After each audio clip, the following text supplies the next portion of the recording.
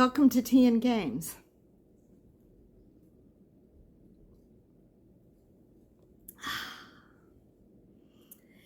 Merry Christmas and Happy Hanukkah. I'm recording this morning of Christmas Eve. Yeah, got it out a little bit late this week. I'm not even sure when this is going to go up on YouTube or live, so I hope you have had, will have, are having happy holidays, whichever holidays that you celebrate. The tea today is Lapsang Souchong from Tea Runners. I'll put the link below, like for everything that I reference down here as much as I can. I'm here, not at the table this time. See, tree? Live from the living room. In the previous video, I had pointed out that Santa seemed to be a resident of Burano, Italy for walking in Burano. And since then, we've played a couple of games that have had a holiday theme makeover, shall we say. And if you see me looking down, it's because I've got my notebook, the handy dandy notebook, in my lap to make sure I keep my place and don't forget anything I meant to mention. It's cold here. I need this tea.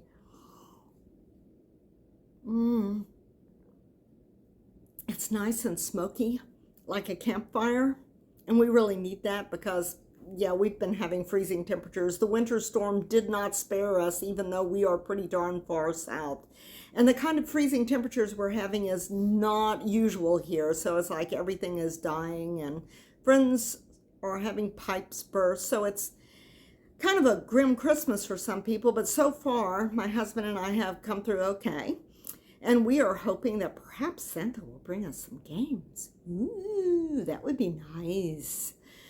Anyhow, back to the Christmassy games that we have played. I'm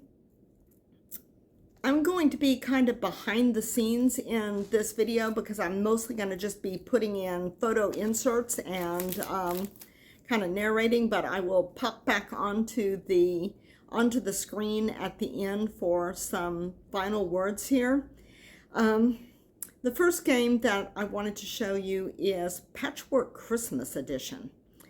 Unlike Halloween, it doesn't have any tiles that have been rebalanced.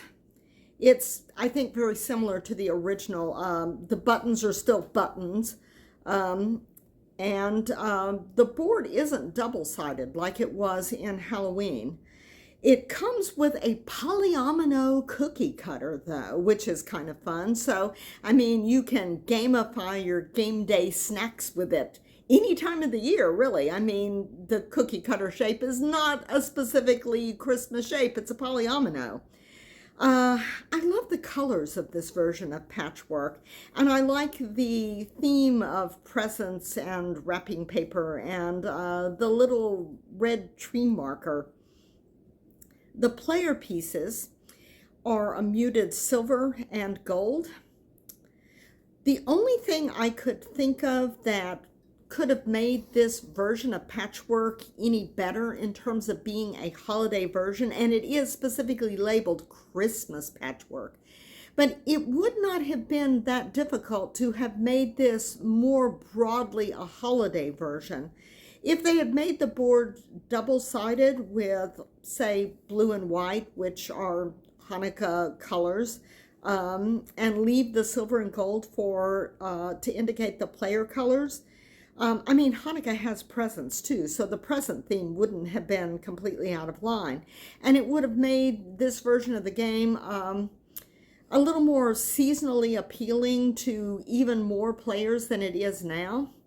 But, I mean, it's classic Patchwork, and if you've got classic Patchwork, you can pretty much play it any season. Now, Patchwork is a two-player game.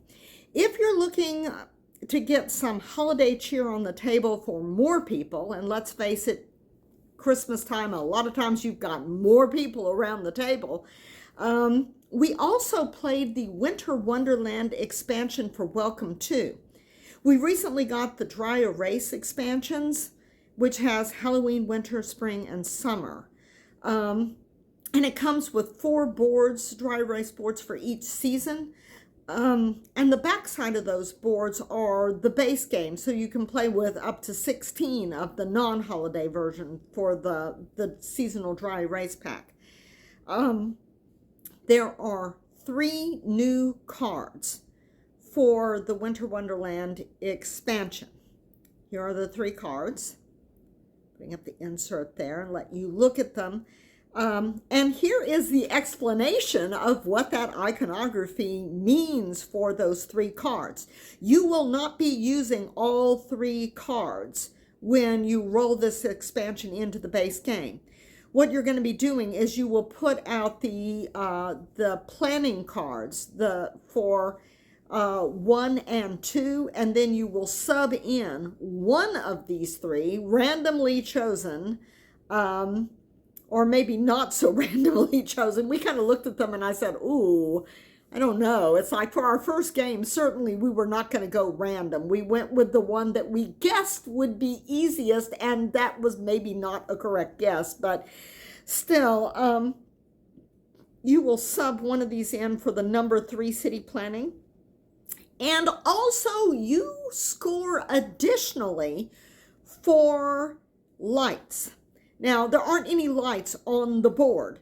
What you do is you mark city lights. You string together, you mark a string with your marker or your pencil to string together consecutive houses, and you score for your longest string of consecutive numbers for each of your 3 streets.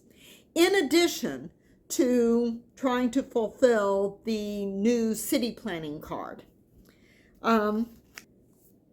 If you think that there's a possibility of more than 4 players, then the dry erase version of the expansion, which has other seasons in it, is probably not going to be a good pick for you for Christmas.